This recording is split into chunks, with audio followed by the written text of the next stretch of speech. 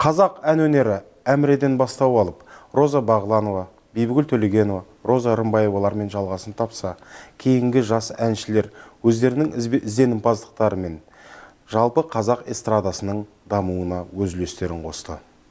Арма ағайын, эфирде көзбе-көз, сөзбе-сөз бағдарламасы. Бүгін біздің студиямыздың қонағы республикалық және де халықаралық конкурстар мен фестивальдардың лауреаты, мәдениет саласының үздігі Руслан Садықов. Руслан, қош келдің студиямызға. Көңіл күй қалай? Қош көрдік, рахмет. Бүгінгі студияларыңызға, бүгінгі бағдарламаларыңызға шақырғандарыңызға көңіл күй өте керемет. Сіздермен жолығып, қол алысып, амандықтарыңызды біліп жатқаныма өте қуаныштымын. Биыл әншілік өнеріңнің жалғасып келе жатқанына, шығармашылығыңа 20 жыл толып отыр екен. Сол 20 жылдығың осы Қазақстан тәуелсіздігінің 30 жылдық мерейтойымен жаңа тұспа-тұс келіп отырғаннан кейін, және де ару қаламыз осы Қызылорданың туған күніне сәйкес келіп отырғаннан кейін, енді Құдай қаласа осы 20 жылдық шығармашылық кешінде өткізгелі отыр екенсің. Барлығы да оң болсын. Жалпы шығармашылық кешті өткізуіңе, жалпы концертке дайындығың қалай болып жатыр? Сол жайында бір-екі ауыз сөз айтып кетсең. Биыл шығармашылығым 20 жылдығы, 10 жылдық шығармашылық кешімізді осы Қызылорда қаласында өткіздім. Онда да тәуелсіздігіміздің 20 жылдығына арналып ұйымдастырылды. Енді биыл осы 20 жылдығымда тәуелсіздігінің 30 жылдығына арнап ұйымдастырып, жұмыс жасап жатқан жайымыз бар. Енді бір адамның күшімен бітпейді ол шығармашылықтың жұмысы. Ол қанша ұйымдастырушылық жағы бар, мына қонақ шақыру жағы бар дегендей, мына залдағы режиссердің дайындайтын сахнадағы қанша жұмыстар бар сценарий бойынша. Сондықтан біраз өнердегі жолдастарым, аға әпкелерім көмек беріп жатыр.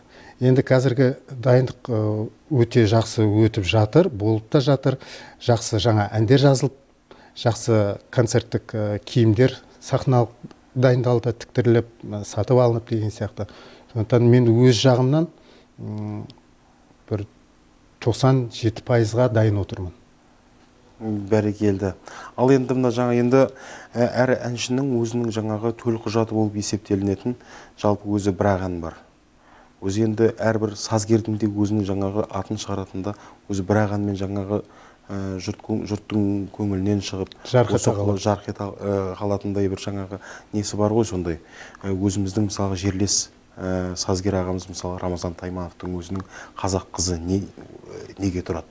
Мысалы соның өзі сол қазақ қызының өзі Рамазан Таймановтың атын шығарды мысалға. Енді жалпы енді сенің өзіңнің төлқұжатың болып есептелінетін осы Үкілі Ыбырайдың мысалға Гәкку әнін алып қарайтын болсақ, осы әнді кезінде осы естігенде Медеу Арынбаев ағамыздың орындауында естіп жүрдік. Кейіннен жаңағы сол әнмен өзіңде мысалға республикалық жас қанат конкурсынан сол ән арқылы жүлделі мысалға лауреат атандың. Жалпы осы әнді таңдаудың себебі қалай өзі? Не себеп болды? Бұл әнді қазір расымен шетелдегі өнерсүйер қауым, мына өзіміздің республикадағы әнсүйер қауым сол мені Үкілі Ыбырайдың Гәккумен жақсы біледі. Енді визитный карточка болды ғой бұл әнмен маған. Бұл әнді мен сонау 1997 жылы облыстық телевизиялық таңшолпан байқауы болатын. Сол кезде орындағанмын. Бұл әнді шынымды айтсам аудиокассетіден Медеу Арынбаевтың орындауында тыңдаған үйде. Содан осы ән маған ұнады. Біріншіден техника жағын көрсетуге болады, әншінің қабілетін. Диапазон жағынан кең. Әртістікті де көрсетуге болады, мастерство актері. Енді жан-жақты ән болды да. Сосын бұл әнді 2001 жылы республикалық жас қанат конкурсына дайындадық. Осы әнді репертуарымдағы жаңағы іріктеушілер таңдап алды. Сондықтан жақса басқа аранжировкамен. Сондықтан бұл ән вне моды, вне времени өзінің сұранысына ие ән. Ол әні концерттерде ол әнді айтпай кетсең, міндетті түрде жаңағы осы Гәккуді айтшы деп үлкен кісілер сұрайды, жастар сұрамаса да. Сондықтан өзіме бір тұмар сияқты бір ән ғой. Жалпы енді осындай жаңағы әндерді алып шығардың алдында өзің ұсыныс тастайсың. Мысалға, мен осы конкурста осы гәккуді айтып шығайын. Немесе жаңағы бала кезіңде, мысалға, бір есімізге түсерлік бір оқиға, Таңшолпанда бір Марат Омаровтың «Биле-биле» ән алып шықтың. Былай қарап тұрсаң, ол тойдың әні. Конкурсқа ешқандай бір жаңағы қатысы жоқтау сияқты. Бірақ соның өзі, жалпы сол конкурста өзіңнің қандай деңгейде екеніңді бір көрсететіндей болды. Осындай бір жаңағы ән таңдауыңа бір кеңес сұраған кезде, бұл әнге қарсы шығып, сен бұны айтпай-ақ қой, бұл болмайды деген бір жаңа кездер болды ма? Және де жоқ, бұл ән ол кезде Марат Омаровтың орындауында хит болатын ән еді. Радиодан берілетін. Сосын ол уақытта 1993 жыл ғой, тәуелсіздігімізді алып, енді еңсемізді көтеріп тіктеп жатқан уақытымыз. Аудиокассеті жинау, алып, оны тыңдау бір проблема болатын. Оны тек бір радиодан ғана тыңдайтынбыз. Енді радиодан ол кезде художественный жаңағы отдел бар, жаңа әнді эфирге беру үшін біраз комиссиядан өтілетін. Сондықтан ол комиссиядан өткеннен кейін ол әнді сол эфирге береді. Сондықтан эфирге берілген ән конкурсқа да жарайды. Сондықтан өзіме де бұл ән және де жасыма да сәйкес болды. Ол кезде мен нешеде бір 12-13-тегі баламын ғой, оқушы бала. Сондықтан ол әнді бір керемет, бір өз деңгейінде сол уақытта орындадым деп айта алмаймын. Енді баламыз ғой, енді баладан көп нәрсе сұраймайды ғой бұл уақытта. Енді жаңағы гәкку ән таңдау кезіндегі, мысалы, осы сияқты ғой, осы гәкку ән мысалы орындауға қарсы шыққандар болды ма? Соны бір жаңа қарсы шыққандар болған жоқ. Өйткені шамалы есейген уақытым ғой, шамалы өзімнің де сөз құқығым болатын.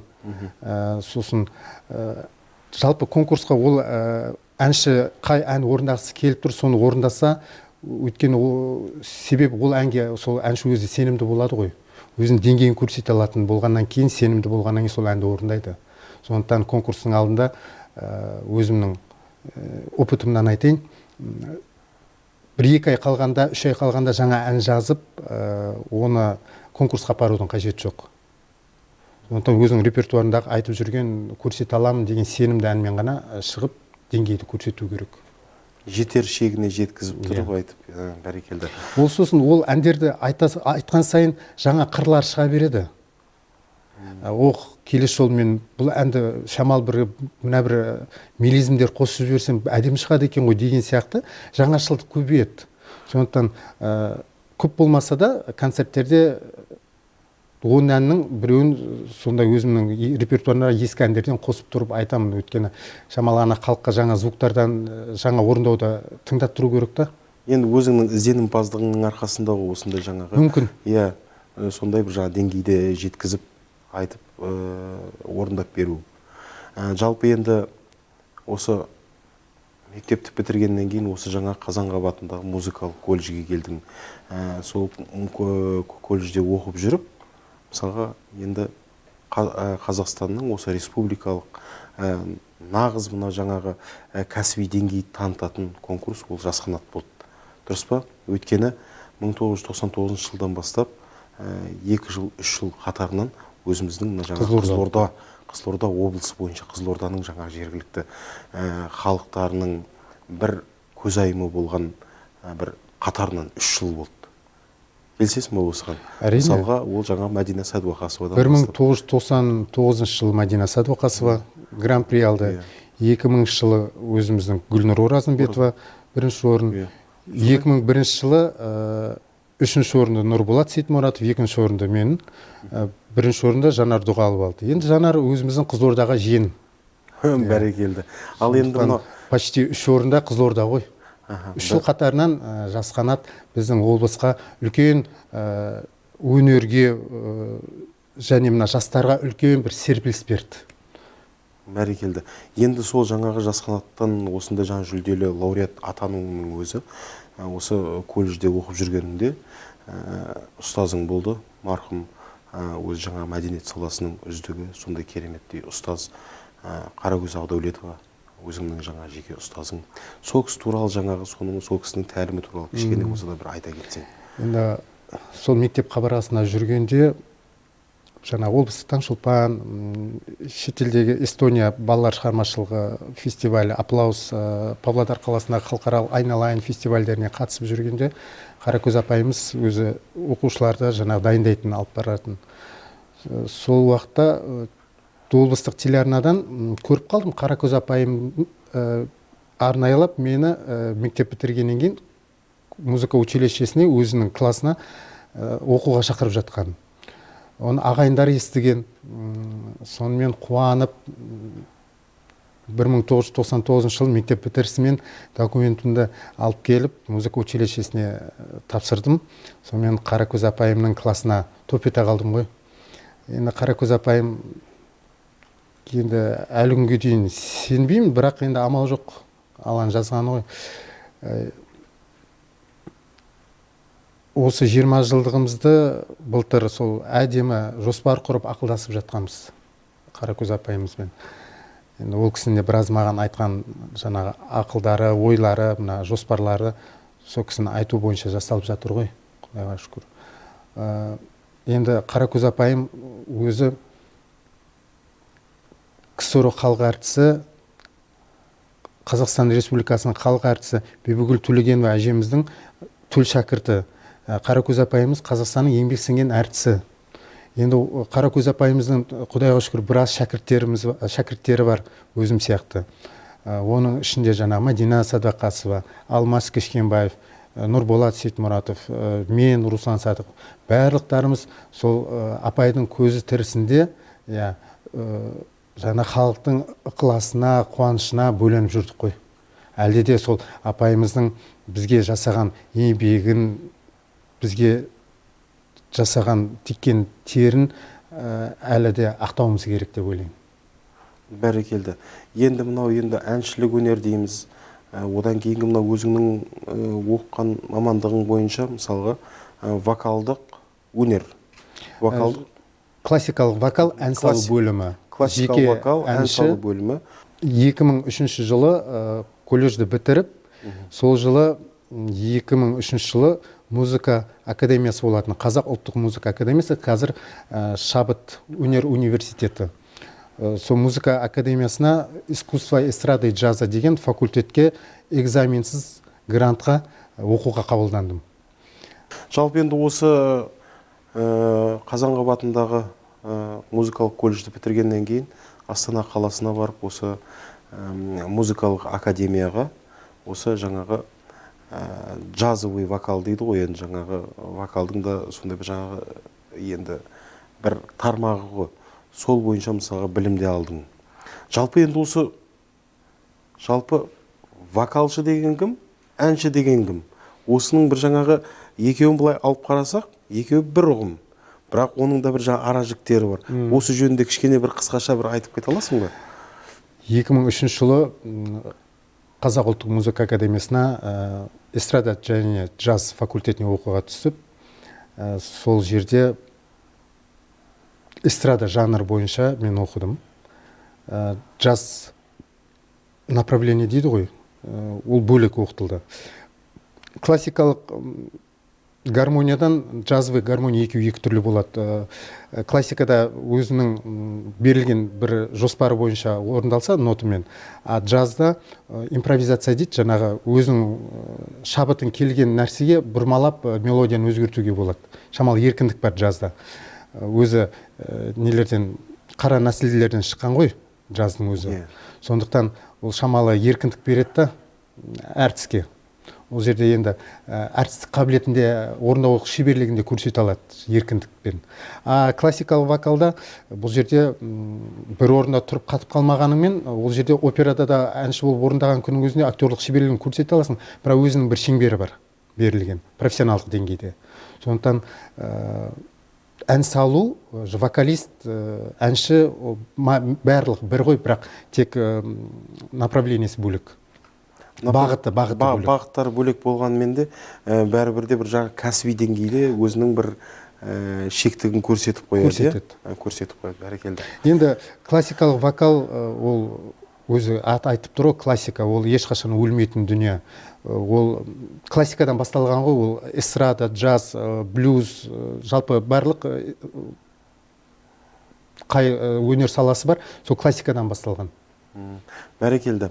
Ал енді жалпы енді бір ғана қызық сұрақ, енді ол сұрақтың жауабын негізі бүткіл мынау патриот, жастардың патриоттық жаңағы сезімін оятатындай сондай бір жаңа жауап болады деп сенем. Жалпы енді Украинада өткен халықаралық жаңа фестивальда бір қызық әңгіме естідім. Жалпы енді бүткіл жаңағы ұлттың тулары көтеріліп жатқан кезде арасында бір ғана осы Қазақстанның көк байрағы жоқтығының әсерінен өзіңнің жаңағы енді сол Украинаның жаңа қаласын жүгіріп аралап осы жаңа типография іздеген кезіңді бір естіп қалып едім.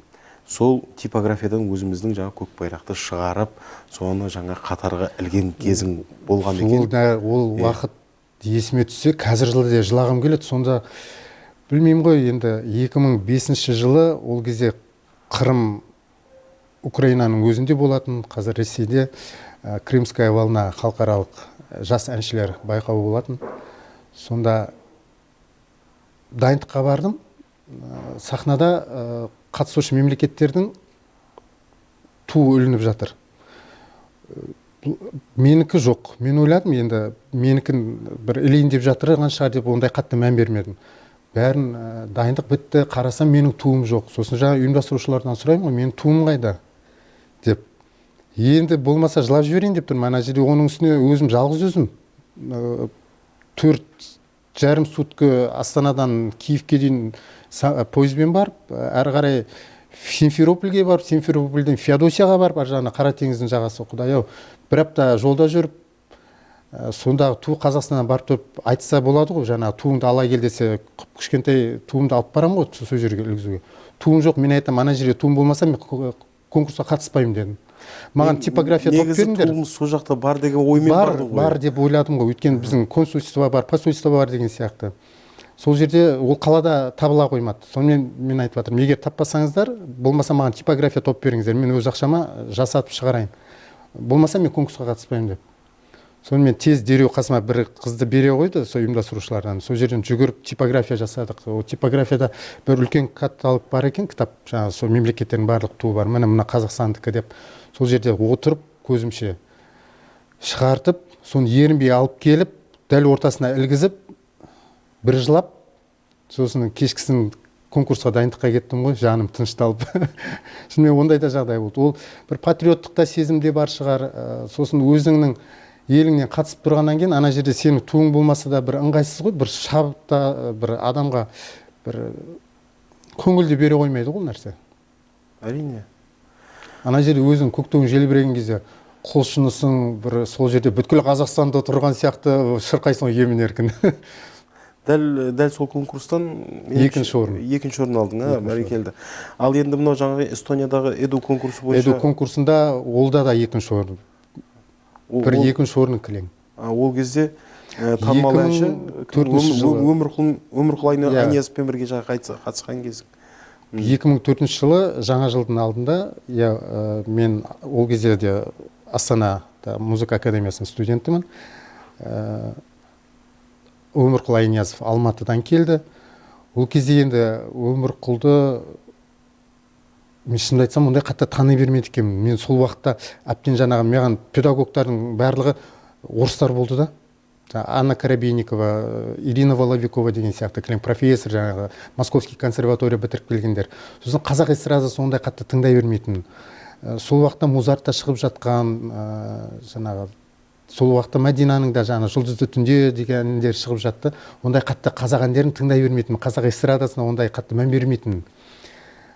Тек жаңа шетелдің әндерін тыңдап, орыс әндермен сол бір Еуропаға қарай қатты еліктеуші едім. Содан да шығар енді көп сахналарға Қазақстанның эфиріне шыға бермейтінім. Содан 2004-те Өмірқұл келді. Сонымен Қазақстаннан 3 қатысушы болады деді. Үшіншісі қазір есімде жоқ, бір қыз бала болатын. Сол енді Өмірқұл Айниязов деді, деп қоя салдым. Сонымен Бейбіт Ораллы композитор ағамыз келді, представитель из Қазақстана болып. Сол кісі айтады, қазір сен жерлесің келеді дейді. Кім ол деймін, жаңағы Өмірқұл Айниязов дейді. Деп қоя салам, енді қатты ол кісі туралы информациям жоқ. Сонымен келді, сен амандасып танысып жатырмыз, мен сені танимын ғой дейді. Қайдан танисың? Баяғыда екеуміз бірге Таңшолпанға қатыстық қой Қызылордада дейді. Сен қай жақтыкісің, Қызылорданыкісің ба? Иә. Қай жақтан? Қазалымнан екен ғой. Деп ойбай дос болып, туыс болып, сол жерде жерлес болып жақсы араласып кеттік. Сонда 3 турдан тұрды ғой ол конкурс. Бізге 3-ші турға айтпаған мировой шлягер айтасыңдар деп. Соның бір түннің ішінде Бейбіт Орал композитор ағамыз бар, гостиницада екеумізді дайындады ғой. Әйтеуір өтіп 3-ші турға мировой шлягер дегенді интернеттен жаңағыдай шығарып, сөзін алып, қасымыздағылардан сұрап, акценті бар ма, мына жерде сөзі қалай айтылу керек деп бір түннің ішінде шығардық. Қиын болды, бірақ эстондықтар өздері бір өте мынандай шепетейный халық қой, тазалыққа да, өнерге де. Сондықтан енді мықты дайындық болды. Енді барымызша өзіміздің профессионалды деңгейімізді көрсеттік, одан жаман болған жоқпыз. Айтып жатыр ғой, сіздер бір түннің ішінде мынандай бағдарлама жасап, жюридің алдына көрсету, ол дорогого стоит деп. Сондықтан оның өзі барлығы өмірдегі жинап жатқан тәжірибе ғой адамға. Бәрекелді. Енді шығармашылық адам болғаннан кейін шығармашылықтың өзі ізденусіз тұрмайды. Сол себептен де жаңағы енді үнемі ізденісте жүргеннен кейін үнемі бір жаңашылдықты ойлап тапқың да келеді. Сондай бір жаңағы ізденістің нәтижелері бар ма? Қазіргі нәтижелері қалай болып жатыр? Ізденіс тоқтамайды ғой ешқашан. Өнер адамына тіптен ол күнде ізденіс қой. Жаңа әндер, бейнебаяндар түсірілгенде жан-жақтан ізденіп, ақылдасып, ол жалғыз менің бір ойыммен жасалатын дүние емес қой. Менің айтқаныммен болу керек деген. Ол халықпен де санасу керек. Халықтың сұранысында не бар қазір? Сен халыққа не ұсына аласың? Оны бір жақты емес, жан-жақты қылып, оны көрсете білу керек. Ол халықтың, мына көрерменнің, тыңдарман қауымның, сыншы қауымның көңілінен шығу керек. Сосын өзіңнің көңіліңнен де шығу керек. Сондықтан ізденіс ол ешқашан тоқталмайтын дүние ғой. Бәрекелді. Ал енді мынау ол ізденіс, жаңа сіз айтып сұрап жатсыз, ол не берді, не береді деп. Ол ізденіс өзіңе берген тәжірибең ғой. Өзіңе жинаған тәжірибең. Ал тәжірибе жинақталғанда өмір сүруіңде оңайланады. Адаммен, халықпен қарым-қатынасың жеңілдей түседі. Жамал өмірге деген көзқарасың бөлек болады ғой. Жеңілдейді. Анау жоқ, болмаса мынау қиын, мен жасамайым деп қолды бір сілтеп кеткендер бар, талай өнердегі. Бойынсұнғысы келмей қиындыққа. Оны барлық бірден бола қоймайды ғой, өмірмен жиналатын дүние ғой. Ол абыройда, ол атақта, ол тәжірибеңде ертең өзіңе жұмыс жасайтын дүние ғой ол. Бәрекелді. Жалпы енді бағдарламаның басында атап өткендей, осы жаңа 20 жылдық жаңа шығармашылығының осы тәуелсіздік, Қазақстанымыздың тәуелсіздігіне 30 жыл толу мерейімен тұспа-тұс келіп отыр. Және де осы жаңағы ару қаламыз Қызылорданың туған күнімен сәйкес келіп отыр. Енді осы бір жаңа айтулы мерекелерге арнап бір жаңа өзіңнің айтар тілегің қандай? 30 жылдыққа осы. Енді Құдай қаласа, біріншіден мен осы облыстың басшыларынан сұрағым келіп жатыр. Осы 20 жылдығын ұйымдастыруына барлықтарыңыз атсалыссаңыздар екен деп. Екіншіден, осы журналистер қауымына алғысымды айтқым келеді. Облыстық Қызылорда телеарнасына, қалалық мына сіздердің Қоғам ТВ телеарнасы ұжымына алғысымды айтамын. Мына облыстық газет журналдың журналист қыздар жігіттеріне, аға апаларыма рахметімді айтқым келеді. Осы менің 20 жылдығымды дайындығы болып жатқанын естіп, осындай біраз үгіт насихат жасап, халыққа мынау есіне салып, осы Руслан Садықов деген жерлес әнші ұлымыз бар еді дегендей қылып, өйстіп осындай бағдарламаларды ұйымдастырып жатқандарыңызға көп алғысымды білдіргім келеді. Ал енді мына біздің қаламыздың туған күніне келетін болсақ, ол өзі алдыңғы жылы 2 жылдығы керемет үлкен болып тойланды. Біраз атақты спортшыларымыз, өнердегі апа-ағаларымыз, іні қарындастарымыз келіп, өздерінің өнерлерін көрсетіп, сол тойға атсалысты. Сондықтан биылғы қала күніндегі мерекемізбен өзіміздің жерлестерімізді шын жүректен құттықтаймыз. Қаламыз күннен күнге, жылдан жылға өсіп өркендеп келе жатыр.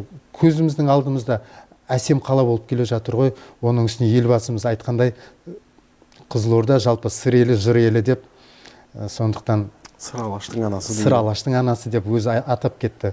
Сондықтан біздің Қызылорда облысы жаңағы жалпы сыр елі, сыр халқы десе, бүткіл республика оң көзімен, жылы лебізімен, ыстық ықыласымен қарайды. Өйткені біздің өзіміз ыстықте жер болғаннан кейін өзіміздің көңілімізде жып-жылы ғой. Сондықтан барлықтарыңызды шын жүректен мерекемен құттықтаймын. 30 жылдық тәуелсіздіктің мерекесі де құтты болсын. Жылда 10 жылдығымда, мына 20 жылдығымда осы тәуелсіздіктің жаңағы мерекесімен үлкен тұспа-тұс келіп жатады. Өте қуаныштымын. Өзім негізі маңдайымнан сипап кеткен періштелер. Өзі жақсы бір уақыттарда болады. Жақсы, өзімнің жақсылығым осы халықтың жақсылығымен бірге тұспа-тұс келіп ұштас салды. Соған қуанамын. Бәрекелді, Руслан. Ма студиямызға келіп берген сұхбатың үшін рахмет, көптен көп. Жалпы ашық әңгіме болды. Осы жаңағы ішіңде бар қуанышыңды, осындай лебіздеріңді білдіріп жатқаның үшін мыңда бір алғыс. Бүгін біздің студиямызда қонақта болған мәдениет саласының үздігі, республикалық және халықаралық конкурс фестивальдарының лауреаты, елімізге танымал әнші ұлдарыңыз Руслан Садықов. Құлақтан кіріп бойдалар әсем әнмен тәтті күй, көңілге түрлі ой салар, әнді сүйсең менше сүй деп Абайдың дәл осы бір өлең жолымен аяқтағым келіп отыр. Эфирде келесі кездескенше қош сау болыңыздар.